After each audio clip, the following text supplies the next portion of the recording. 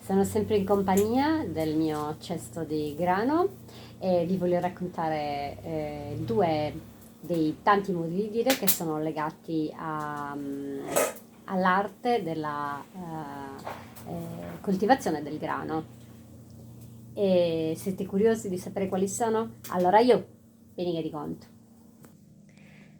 Coltivare il grano oggi è molto semplice perché a molto ci pensano le macchine. Ci pensano le macchine sia a preparare il terreno che a arare e poi mietere e trebbiare. Anzi, tutto ciò avviene in un'unica operazione, mietitura e trebbiatura.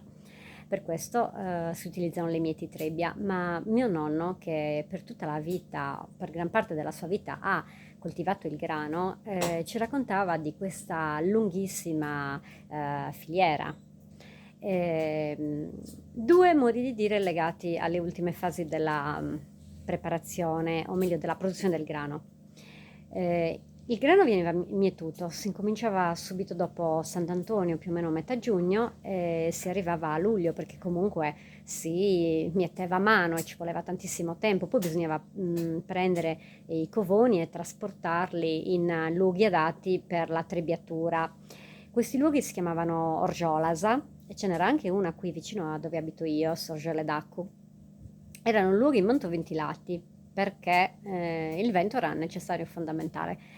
Ehm, Partiamo dalla trebbiatura, e cioè il momento in cui le spighe del grano venivano messe a terra e il bue con gli zoccoli separava il chicco dalla spiga e quindi si formava una grandissima confusione perché c'erano tantissime spighe, tutte le varie pagliuzze e i chicchi.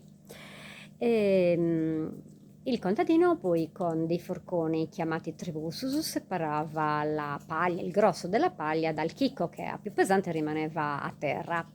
Per questa ragione si dice quando in una casa c'è tutto in disordine oppure un archivio in disordine, la confusione viene detta treulu.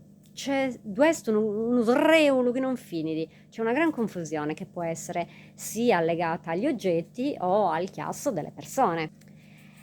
Dopo la trebbiatura bisognava però separare ulteriormente il grano dalle pagliuzze perché non si poteva togliere tutto a mano e quindi si aspettavano le giornate molto ventose in modo tale che il vento spostasse, facesse volare via queste particelle. Per questa ragione noi diciamo tocca da spallare quando dirà vento.